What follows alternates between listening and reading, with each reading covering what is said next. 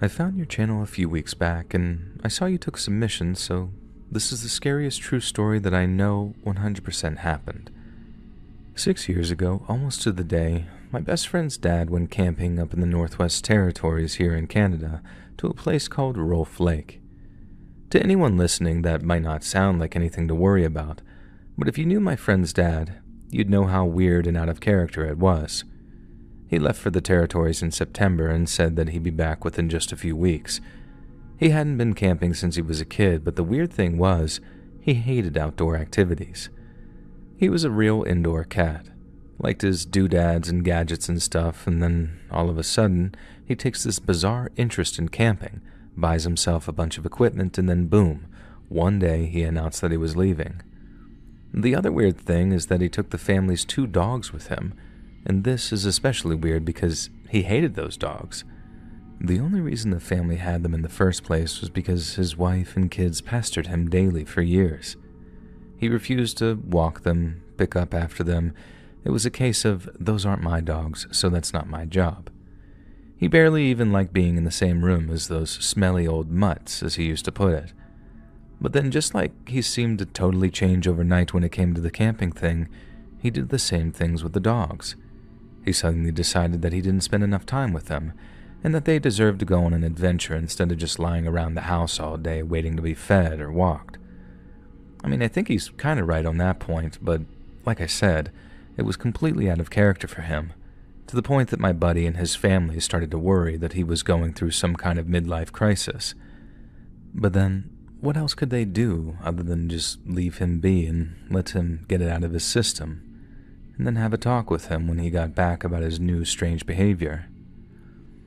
But then, he didn't come back when he said he would. In fact, he never came back at all. After he didn't come back on the date that he said he would, my friend's family reported him missing. The cops said a search and rescue team would take a look around Rolfe Lake for any signs of him, but weeks turned into months, and there was no trace of my buddy's dad anywhere.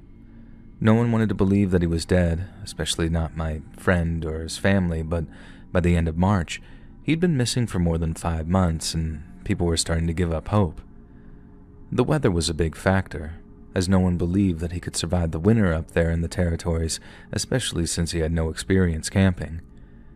But then, in early April sometime, a pilot was flying over the area for some reason when they spotted a guy and what looked like 2 dogs walking near Rolfe Lake. The pilot reported the sighting to someone. I don't think he was an official search and rescue dude, but he must have known about my friend's dad being missing out there, because I heard he reported it ASAP. The RCMP, along with an actual search and rescue team, was then sent to look over the area, and after less than a day of searching, they found his campsite.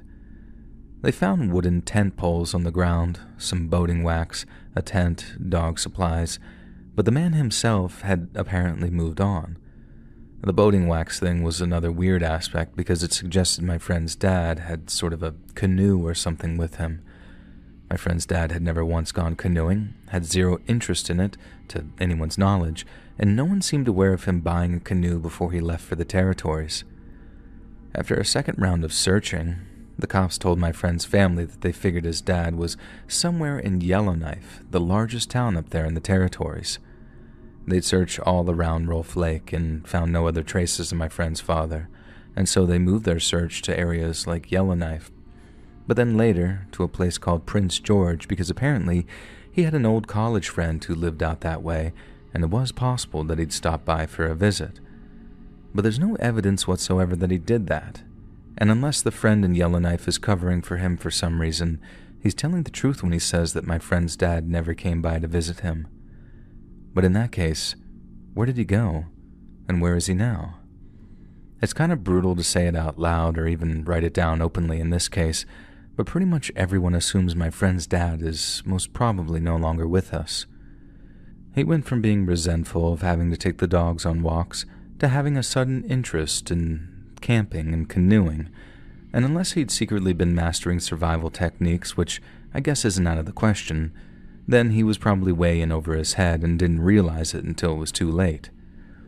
One of the things the Mounties told my friend's family was that even in the summertime, The rivers and lakes up in that area stay icy cold all year round, so even in April, with the seasons changing and the snow melting, it might look like a nice day for a trip downstream, but fall in that water without anyone to drag you out in time, and you might never get out again. They also said that there's a chance wild animals got to his remains, in which case there won't be much left of him to find except his clothes and equipment. But to me, that's just the thing. It all makes much more sense if my friend's dad doesn't want to be found, but no one believes that he's still living out there like some kind of 21st century mountain man. He was a house cat all his life, like I said, and I get that he might have had some radical change of heart, but it all just seems so unlikely, you know? And I sometimes think that he got into some kind of accident, like the whole freezing cold water thing, or that maybe a bear had gotten to him or something, and yeah, the stuff about him being impossible to find because animals ate him, all that makes sense too. But I don't care how hungry a grizzly bear gets. They don't eat whole-ass canoes, and a big colorful canoe seems like it would be way easier to find. I get that they have a big area to cover in terms of search and rescue, but they've been looking for him for I think 5 years now, not counting 2020 because of everything getting scaled back because of you-know-what. I just don't get how in all this time, not a single trace of my friend's dad has ever been found. And as far as other search and rescue efforts have gone, the authorities usually find some kind of evidence within that 3 to 5 year timeline. S&R workers find bones, bits of old clothing equipment, and they find all kinds of things that prove someone didn't just disappear without a trace. But they've never found anything belonging to my friend's dad after they found his old campsite. I've heard people say that if fresh snow covered his canoe, then it might be a long time before any trace of him is found. But the more time that passes, the more it seems like my friend's dad has just disappeared into thin air. And if I find the whole thing as haunting as I do, then I can't even imagine how my friend and his family must be feeling. They put on a brave face, but I know they're still in pain, and they'd do just about anything to get some final and definitive answers.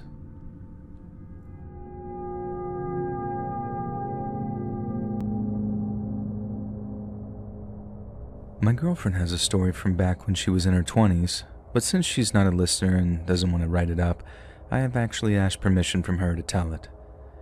She grew up in Buffalo, New York, and she went to college at NYU, so after discovering that she had a few free days in October, she drove back to Buffalo to go glamping with some friends. She and 4 of her friends, who were all either 19 or 20, drove out to a campsite complete with cabins, campfire rings, and picnic tables. Then as they were unpacking their stuff, my girl and her friends saw that they had some neighbors who just so happened to be 4 guys of similar ages. They got talking, then one of the guys asked if they wanted to share a few beers come sundown once both groups had lined their stomachs. My girl and her friends said sure. Then when the time came, they met up around the girls' picnic table to get the party started. As the night progressed, things got wilder and wilder, but everyone was still having fun and getting to know each other. Then at one point, one of the guys goes into their cabin and walks back out with a gun that he claims was his dad's. He's waving it around like some jerk-off, and everyone is telling him to go put it away because there's literally no worse idea than messing around with a gun when you're drunk. The guy with the gun starts telling them to chill, how the gun isn't even loaded, and to prove it, he points into the air and pulls the trigger 2 or 3 times. No shots were fired, but the group still aren't happy about the fact that he's waving a gun around and being a general douche about bringing it with him. They're telling him to go back into the cabin and put the gun away, and that he should probably try to get some sleep too because he was way too drunk, exhausted from the day's events and acting way out of the ordinary. The guy with the gun takes major offense to this, I guess, and after proving the first 2 chambers of his gun were empty, he puts it to his head and pulls the trigger. Now, this next part of the story is where almost everyone guesses what happened next. And 99.99% of the time, they're dead on the money. That 3rd chamber of the revolver, the one he pulled the trigger on after putting it to his head, had a bullet in it. Hell knows how it got there.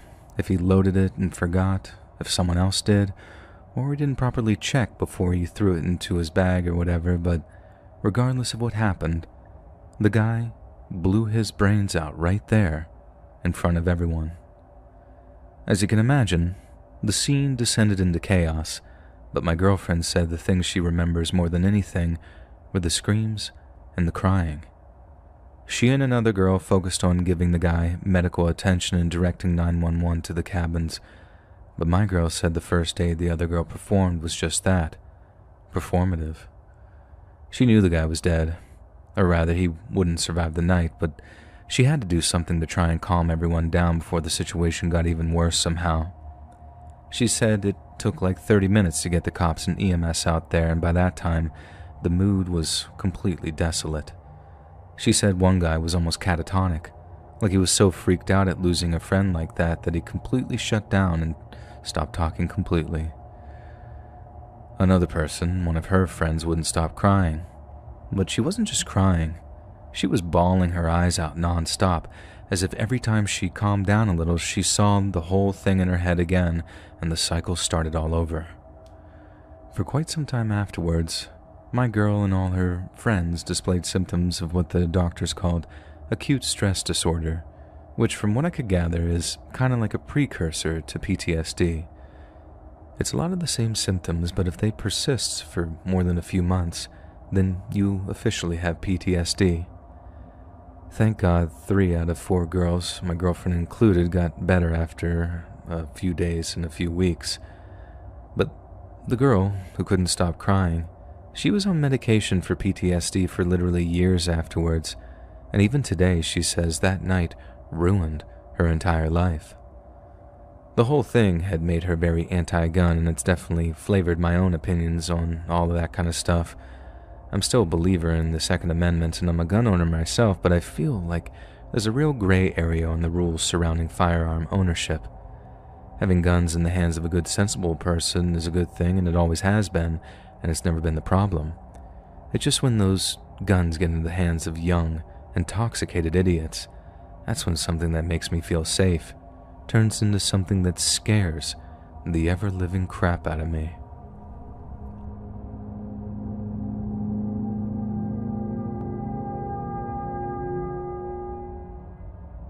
I grew up in central London and led a very urban existence during my childhood and teenage years.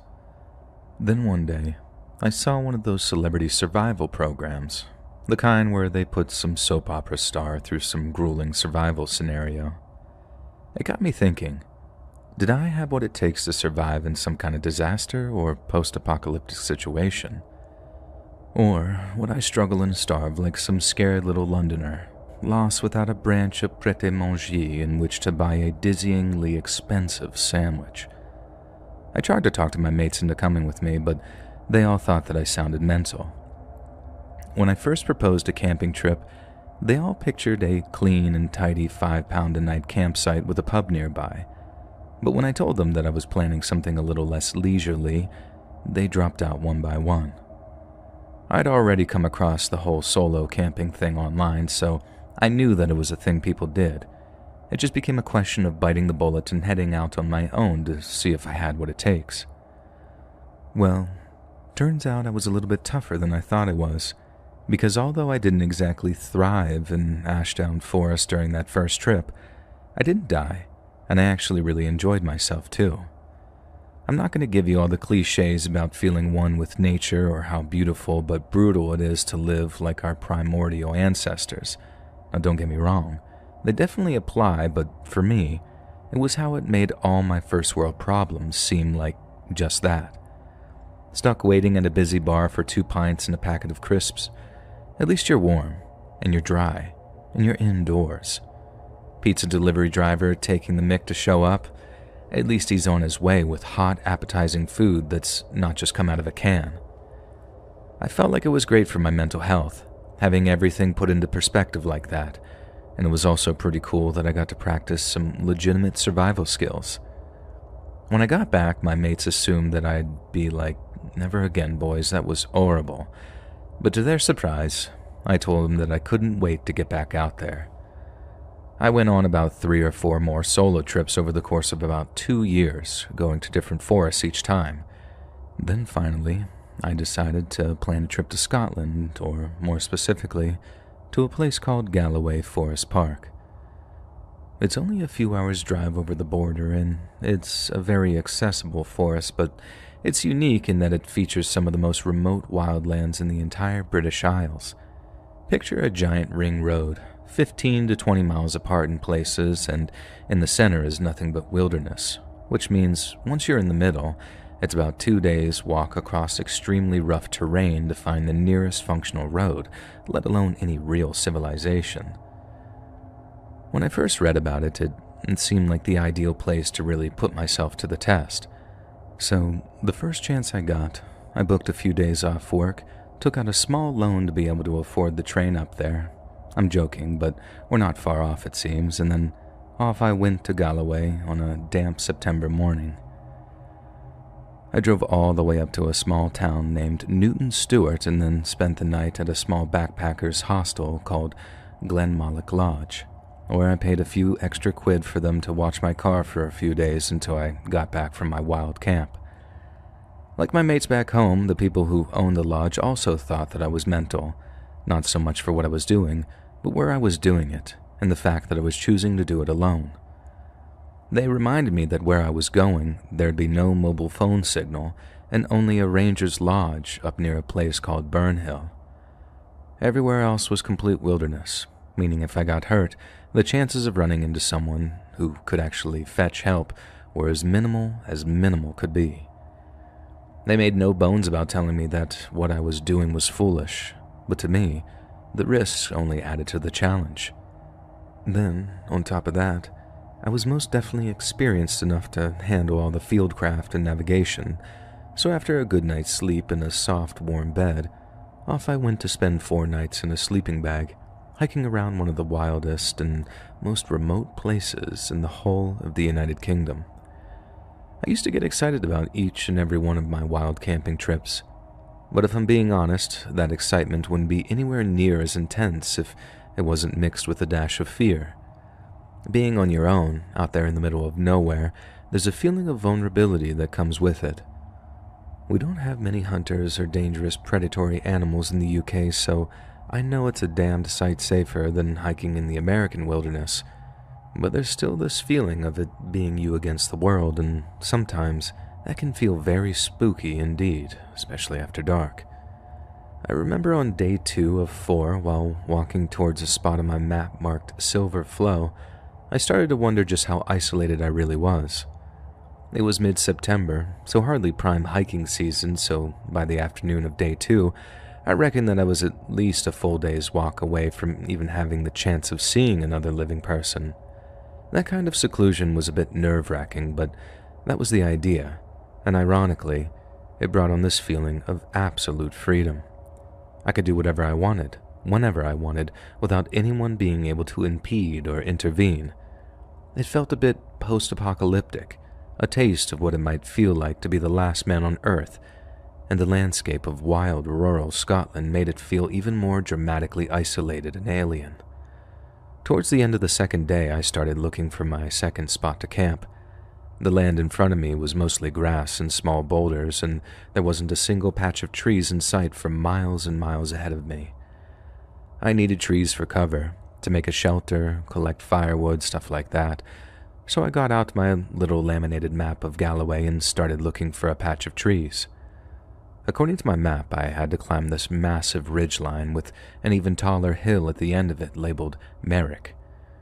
It looked like a hell of a slog, and it was, but I didn't have much of a choice unless I wanted to get caught out in the open at nightfall, so off I went. I remember getting near to the top of the ridge and being so exhausted that I stopped to take a rest. You have to remember, I was hiking with my life on my back. Food, water, shelter, tools, changes of clothes. Even when you try to pack light, you still end up with aching shoulders. I sat down on the hillside and looked out over the land below me, bare, rocky, and completely treeless. Not a single thing moved down there, and I could see for miles and miles, and then the same could be said for the other side of the ridge, too. The views were incredible, And although there were, thankfully, a few patches of trees, there wasn't a single person, vehicle, or even road in sight for as far as the eye could see. I'd never been anywhere quite like it. The English countryside is set up so that even when you go to quite remote places, there's still a capillary system of winding lanes, little cottages, and even the occasional country pub. But in the Scottish countryside, there really are actual, barely touched wilderness areas, and it almost feels like you step back in time. I felt completely and utterly alone out there, and it was everything I had ever hoped it could be. But as the saying goes, be careful what you wish for. After a quick rest, I made my way over the ridgeline, and then pushed on for about half a mile towards a large patch of trees. Once I got there, I set up my shelter, which consisted of little more than a waterproof poncho strung up between two tree trunks, and then set about making a campfire and cooking some dinner. All of that took a hell of a lot of time, but by the time I was finished with dinner, I had maybe a half an hour's worth of daylight to collect some firewood, make myself a cup of cocoa, and then I had to try and get some sleep if I wanted to be up again for 6 in the morning. The last thing I did before I lay down on my bedroll under my shelter and climbed into my sleeping bag was place my mug of cocoa down at the edge by my campfire. It was still lit, the fire I mean, and it was kind of an experiment to see if the remains of the fire would keep the last of my cocoa warm. There was only about a fifth of the cup left, and it would be no loss if it had gone cold by the morning. So I placed the cup carefully down next to the stones that I'd used to ring the fire, then tried to get some rest. That second night's sleep is always much better than the first. You don't sleep well on the first night of any wild camping trip because there's still that shock of capture feeling where you're not quite comfortable living outdoors yet. It's not even an experience thing, at least it wasn't with me. Your conscious mind is like, wild camping, easy peasy, done this before, but your subconscious overpowers it with, this is a strange place and we don't like it. So no matter how tired you are and no matter how much hiking you've done across hills and marshes and God knows what else, you still can't quite achieve that deep REM sleep that results in you waking up feeling refreshed. But then that second night, you start feeling just that little bit more comfortable sleeping outdoors. Then, combined with just how bloody knackered you are from your second day's hike, your sleep is faster and you sleep deeper. Needless to say, I felt much better rested than the previous 2 months. I pulled myself out of my sleeping bag, put my boots on, then as I was tying the laces up, I remembered the smidge of cocoa that I'd left next to the campfire. I'd looked over to the fire, which by then had long since gone out, but the little enamel cup that I'd carried with me was gone. I had one of those, wait, did I wake up and I just don't remember it kind of moments? Or I sat and racked my brains for any memory of checking on my little experiment. I was in such a groggy state from having just woken up that when I saw my mug sitting on a nearby log, just perfectly balanced on the top of it, I honestly thought to myself, I don't remember leaving it there. And then it hit me. I hadn't moved it from near that fire. Someone else had. In the moments following that realization, it was like the whole world changed in a split second. In one world, I was at peace, feeling well rested and excited to get on with my day. But in another, I was not alone. I was not at peace, and I was not excited about how I was going to spend the rest of my day. But above all, I felt that I was in danger. I went from casually tying my laces to frantically knotting and tucking them. Then I grabbed my knife, stood up, and began looking around to see if anyone was there. It's not a larger knife by any means, but the 5-inch folding Victorinox was all that was standing between me and complete defenselessness. I unfolded the blade as I looked around, but I couldn't see anyone.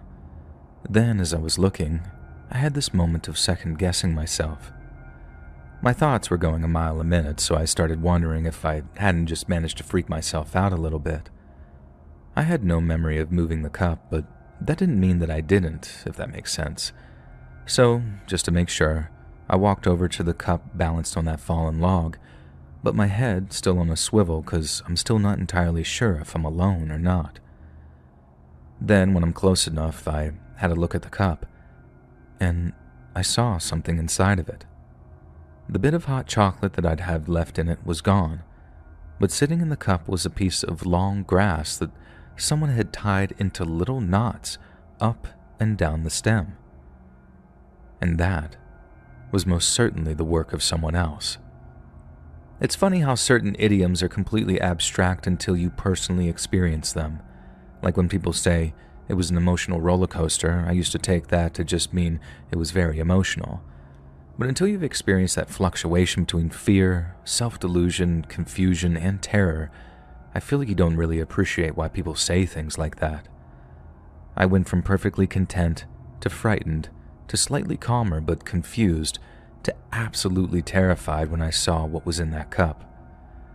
Someone had put it in there, and they'd obviously spent time tying the blade of grass in delicate little knots, maybe even while they sat right there on that log, watching me sleep like the dead after that long second day's hike.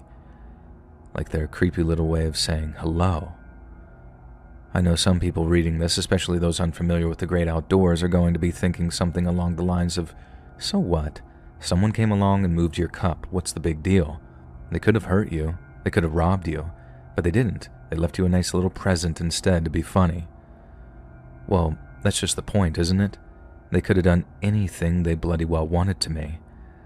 They could have picked up a rock from the ring around my campfire and smashed my head in with it. But then they also could have just buggered off and kept minding their own business. I mean, really think about it. If they had completely pure intentions, why move my stuff around to begin with? It was to say that exact thing. I could have done whatever I wanted to you, and I had all the time in the world to do it. If that's someone's idea of a funny prank, then fair play to them, but as a solo wild camper, having people sneaking around your camp when you're asleep is a big, big no-no. And the danger doesn't so much lie in the act itself as the potential for escalation. If someone was able to sneak up to your camp to maybe steal something or otherwise give you a scare like that happened with me, the chances of it being a one-time thing are very slim. Or rather, you've got to make sure it's just a one-time thing. Maybe if they choose to escalate, you could be in deep trouble.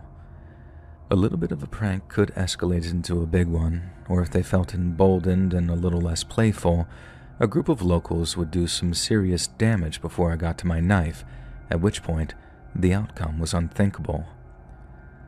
But that in turn got me thinking, and this is the kernel of mystery at the core of this whole thing.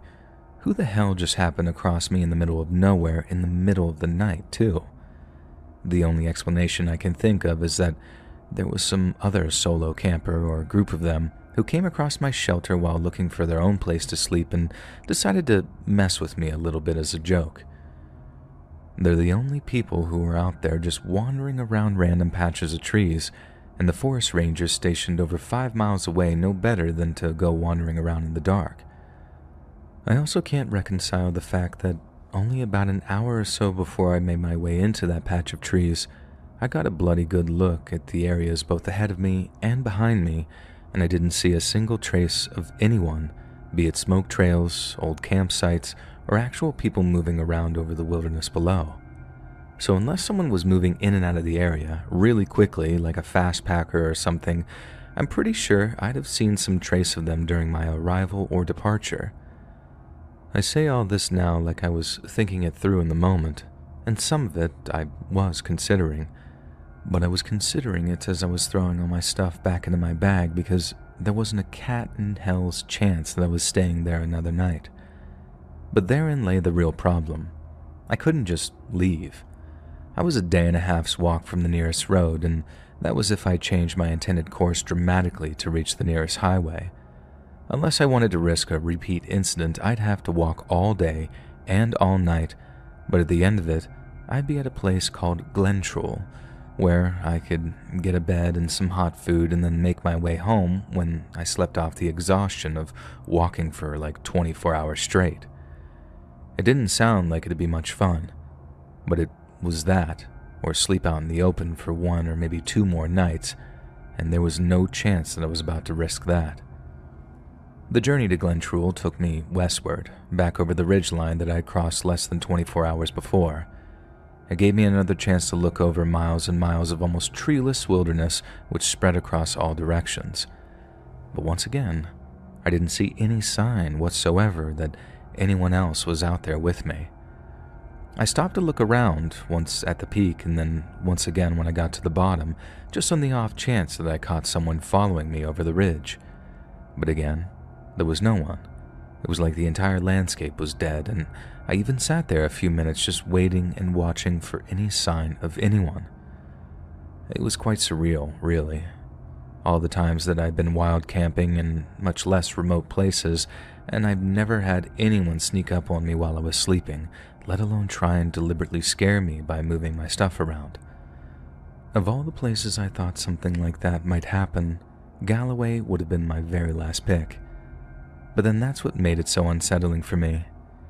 If I was anywhere else and someone decided to start messing with me, I'd have some phone signal and probably a few other hikers or campers around to lend a hand. But out there, in arguably the most remote place in the whole of the UK, it was just me and whoever the hell had been walking around my campsite while I was asleep. And I had absolutely no clue where they were or if they were still watching me. The only choice I had was to get the move on again as soon as possible, but I simply cannot overstate the feeling of vulnerability I felt while beginning to walk westward. I was on the opposite side of the ridge, the one with even less cover than the side that I made my camp on. I had miles to walk with nowhere to hide, and as much as I kept turning around and not seeing anyone there, I was never quite 100% convinced that I wasn't being watched. I walked all day, 13 hours until full dark, until my feet were literally killing me, and I could feel the blisters forming on my heels. I stopped once or twice to eat a cereal bar or drink some water, but the greater function of those breaks were to get a good look around me and make damn sure that I wasn't being followed. Again, it was easy to see that there was no one in sight. The horizon was dead for miles around, but I had to operate under the assumption that I was being watched. If I didn't, and I put my guard down and tried to camp for the night, I could end up paying a very high price for it. I consider myself very fortunate that I had the foresight to go on some easier solo camps before I attempted Galloway. If I hadn't, there's no chance that I'd have been able to stick to my plan and make it back to civilization without exhausting myself completely.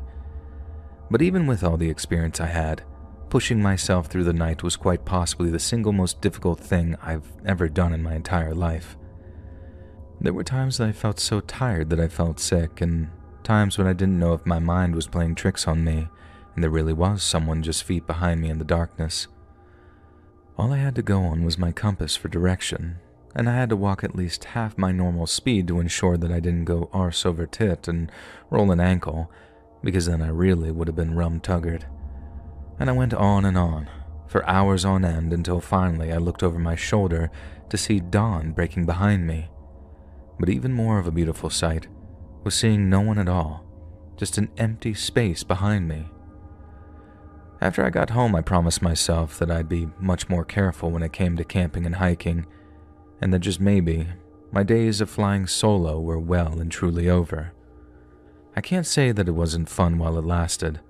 All those trips definitely gave me a confidence that I couldn't have otherwise, but it also gave me a wisdom earned from hard experience. There are some very strange, very creepy people out there, and sometimes I feel like I got away with just a warning. I know that might sound stupid of me, a young woman heading out to camp on her lonesome in an estate that's produced 30 confirmed serial killers, but I carry a gun, so there's that. I know it's not complete protection, but it makes me feel so much safer knowing that I have that option for self-defense. And so, it was last October when I decided to head up to Snow Lake. I wanted to de-stress and unwind with some peace, quiet, and nice views, but I also didn't want the trails to be too tough, so Snow Lake seemed perfect. It's also one of the more popular trails in the Snoqualmie Pass area, and to me it always seemed like a good thing if there were other campers or hikers around, because you never know when you're going to need someone's help. I'm so over that I'd choose the bare bullcrap. Like, tell me you're not a hiker without telling me you're not a hiker. 99% of people you meet on trails are awesome folks, Even the mountain bikers you run into out there are way nicer than the joggers and cyclists I've met in the city. But I guess on this one particular occasion, I ran into the exception which proves the rule, as they say. I hiked about 4 or 5 miles down the trail before I made my camp, which I made sure to keep out of sight from the main trail for privacy's sake. I was pretty worn out from the hike, so after setting up my tent and unpacking the essentials, then making a campfire and warming up some food, I decided to call it a night at around 9 p.m. I remember getting into my sleeping bag, then trying to make a kind of pillow out of my pack and rolled up sweater, and then nothing. I must have dozed off less than a minute after putting my head down. The next thing I remember is dreaming that my sister and I were in the back of my dad's car. I don't know where we were going, but my sister kept teasing me about a crush that I had, and I kept asking my dad to tell her to stop, and he wasn't saying anything. And after that, I have this vivid memory of hearing the sound of a zipper being pulled in the car. It was super loud and I looked around, but I couldn't see where it was coming from. And then I suddenly had this super clear split-second thought of, oh my god, I need to wake up, I'm in a dream and there's a zipper of my tent that I'm hearing. The sudden transition from the light of the sunlit backseat to the darkness of my tent is something I will never forget, because I went from unconsciousness to consciousness with that same singular thought.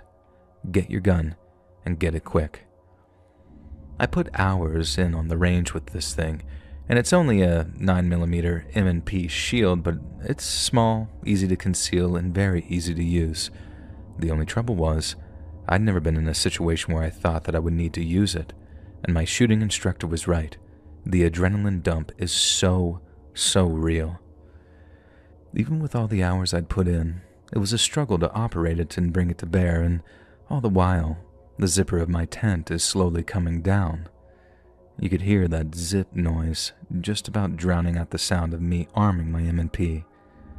At least I'm assuming whoever it was didn't hear it, because the unzipping didn't stop until I spoke up. I probably sounded scared out of my mind as I said, but I still tried to sound as fierce as possible as I said something along the lines of, "Get away from my tent if you don't want to die right here." And the zipping stopped. But the silence that followed meant whoever was out there hadn't moved. I then told them that I had a gun pointed at that entrance, and if I didn't hear the sound of them getting up and walking away in the next 5 seconds, I was going to start shooting. Then there was movement. I heard someone stand, then heard them take a few steps back before their pace picked up, and I figured they'd started running. I mean, I'd run if someone in the woods just threatened to shoot me, but they didn't. Instead, I heard them walking away, their footfalls getting lighter and lighter as they got further away, and then silence. I couldn't tell if the silence was because their footsteps just faded out, or because they'd stopped walking and were now just hanging back from a distance and waiting to see what I'd do next. The thought paralyzed me, and I lay there, gun pointed at the zipper, for what must have been minutes before I finally found the will to move again.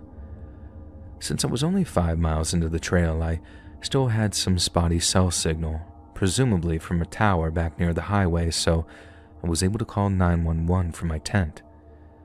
The dispatch guy said that he could notify the King County Sheriff's Office, but that he could get a couple of forest rangers out to me on ATVs within 20 minutes, he thought.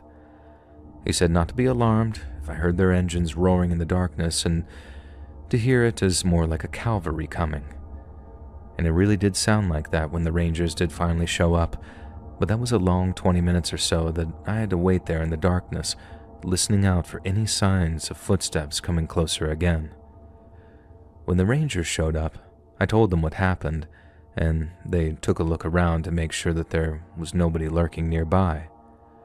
They couldn't see anyone, but they did find the person's trail leading off into the trees.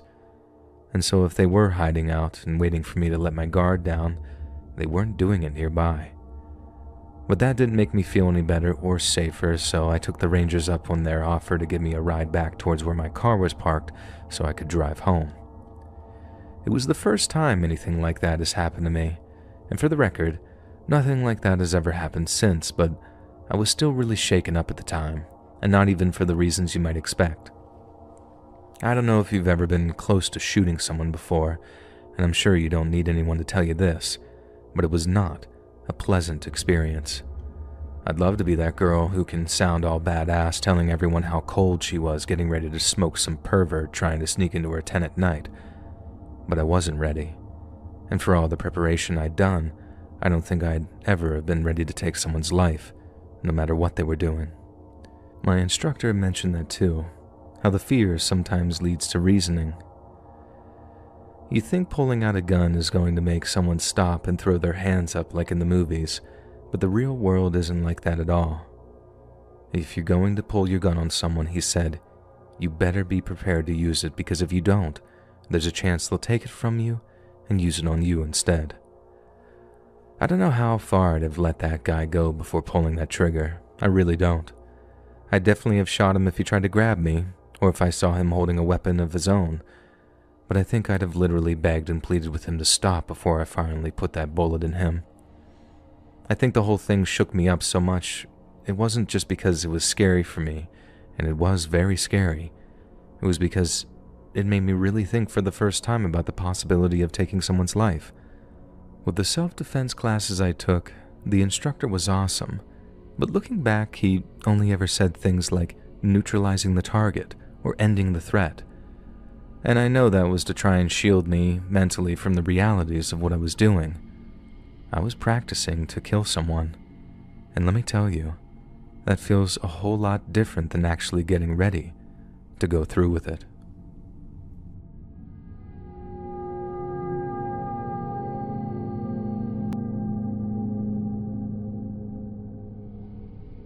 We're going back almost 20 years for this one. Talk about a trip down memory lane, but back around Halloween of 2005, I went camping with an old, obviously now ex-boyfriend of mine and 3 of his friends.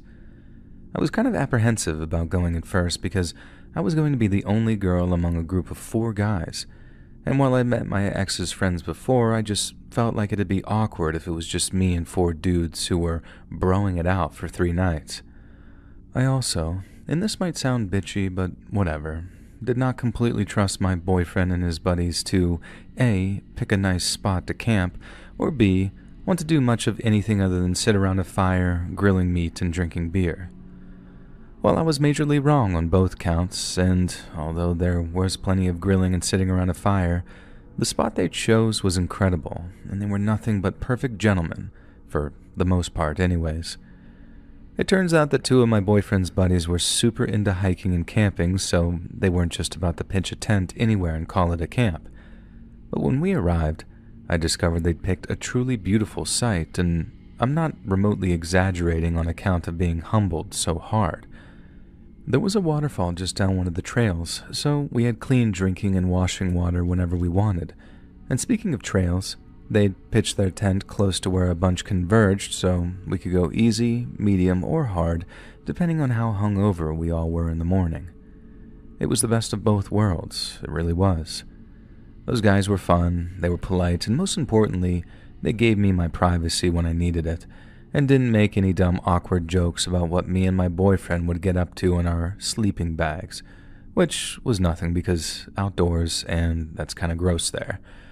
Anyways, because it was late October, there were basically no other hikers around, which was fine with me because I got to use that waterfall to wash after we went hiking the next day. We had the trails to ourselves. No one drank too heavily the night before, so we were all relatively fresh and ready to put some miles in. Then, when we were done, we did some of the aforementioned grilling, drank a few more wine coolers and beers, and then all retired to our tents to get some sleep. As we were climbing into our sleeping bags, I remember telling my ex-boyfriend something like, "Thank you for inviting me. This was unexpectedly awesome." And he kind of just laughed, because he'd been telling me the whole time not to worry, so for him it was totally vindicating to have me say that. But I meant it, truly. It hadn't just been awesome, it had been perfect, right up until that next morning when we woke up and realized our perfect camping trip had taken a dramatic turn for the worse. So, there's a few things that I need to explain, so what comes next will make more sense. Just after we called it a night, but before getting into our tents, My boyfriend asked me to put the cooler and stereo in his truck while he doused the fire and collected up all our trash. I did as he asked, then put his truck keys in the front pocket of his backpack, which was situated on the side of the tent furthest away from the door, or flap, or whatever it's called. And on top of that, our sleeping arrangement was such that my ex-boyfriend slept closest to the door, and he had his firearm with him just in case anything crazy happened. We heard nothing that woke us up that night. Woke up the next morning feeling fine, and we made sure everyone else was fine and awake too before we unzipped the door of our tent and looked outside. Before we went to bed, the campsite had been perfectly orderly, I guess, and when we looked outside that morning, not even 8 hours later, it was complete chaos. The campfire my boyfriend and his buddies made had been completely destroyed, and some of the rocks we'd used to put around the edge to stop it from spreading looked like they'd been tossed around the campsite. All of my boyfriend's truck doors were open, the stereo had been smashed to pieces against a tree by the looks of things, and the cooler had been open, emptied, and tossed so that there was just raw meat lying all over the place. We all just sat there, poking our heads out of the tent in silence, in complete and total disbelief at what we were all seeing. And for me, the peace and quiet we enjoyed before wasn't so peaceful or quiet anymore. Everything just felt completely off. As we all got dressed and got out of our tents, we tried to figure out what had happened, or more importantly, how our campsite got wrecked without anyone hearing the destruction and waking up. But what started out as frightened discussion very quickly escalated into accusations and arguments. My ex accused me of not locking the truck the previous night, which made me furious because I said, "Do you think I'm dumb, stupid, or dumb?" I swore on all that was holy that I locked his damn truck because I had a crystal clear memory of locking the truck door, then putting the keys in his backpack, which, as I said earlier, was as far from the tent flap as it was possible to be without being outside the tent. He then marches over to the tent, grabs his bag, but there were no keys in the front pouch, and things escalated from there. My ex says, "Are you that stupid, huh?" and then started demanding an apology, but the second I realized that there were no keys in the front pouch, I felt sick. I don't know if you've ever had a genuine moment of feeling like you're losing your mind, but it's not fun. I actually felt kind of lightheaded, dizzy almost, and then I retracted my steps towards my boyfriend's truck and found the keys lying near one of the open doors. I kept stammering and stuttering, not being able to get my words out, and it was only that my boyfriend realized that something else was going on, or at least that's what it seemed like on the surface. He went very quiet, said he just wanted to leave, and then after apologizing to his friends, we threw what was left of our stuff into his trunk and then got the hell out of there. I still remember feeling very strange during the ride home because I felt like I was going crazy. I was half apologizing, half begging him to believe me that I had this super clear memory of locking his truck, and it was making me feel like I was going nuts. He stayed quiet for a long time, until I started to cry, at which point he started saying stuff like, "I know, I'm sorry, I believe you." That didn't really do much to calm me down because it still didn't answer the question of what the F happened to us the previous night. So I kept asking my boyfriend what he thought happened because he had way more camping experience than I did, and if anyone would know, it was him or his buddies. He just kept saying that he didn't know over and over, until things got quite heated, and we had to pull into the parking lot of some diner just to take a break from driving and actually talk things out. I don't care if some of you choose not to believe me over this, because what I'm about to tell you is the God-honest truth. This isn't word for word from what my boyfriend said, but he did say something to the effect, so if you're going to choose not to believe anyone, it's him you should be mad at and not me. Besides, I have my own theories of what happened, but we'll get to that afterwards. And so we stop in the diner parking lot. I think it was like an original pancake house, but I can't be certain, and my boyfriend starts trying to find the words to tell me something. I'm asking him to talk to me, but it's like he can't get words out, and then he starts telling me how I'll think he's crazy if he tells me what he's thinking. I told him it couldn't be crazier than a feeling than the one that I'd felt back at the campsite when I realized the keys were missing. Then after gathering his thoughts, he started to speak. He told me that the previous night he'd had a bad dream. Not like a full-on nightmare, but enough to wake him up with a startle before he went back to sleep.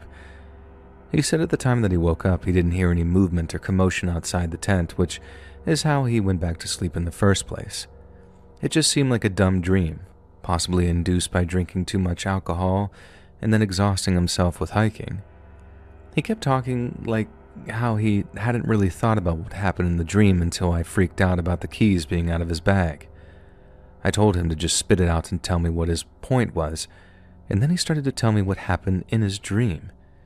He said that he dreamed that he woke up in our tent with me asleep next to him, but then he noticed how someone was crouching over him, like 1 foot on either side of his sleeping bag. He said he was terrified at first, but when he saw that the guy's face looked all wrong, like it was made of ski mask material, he wasn't just wearing one, he realized, oh, this is a dream, I better wake up. Then, as I said already, he did wake up, but he just kind of chuckled to himself that he was still having bad dreams as a 20-something adult and went back to sleep. I think it was probably a little too harsh of him in the moment because I said something like, what the F does that have to do with anything, when I'd just been encouraging him so hard to share that story. But I thought he was going to say something about hearing movement outside our tents, not start talking about a dream like it was somehow connected to what had happened. He wouldn't talk anymore after that. Instead, he went into the diner, got us some coffees, and then swapped apologies before we got back on the road again. Neither of us had been in our right minds. We were both frightened and confused, so nothing that happened on the way to the diner seemed all productive.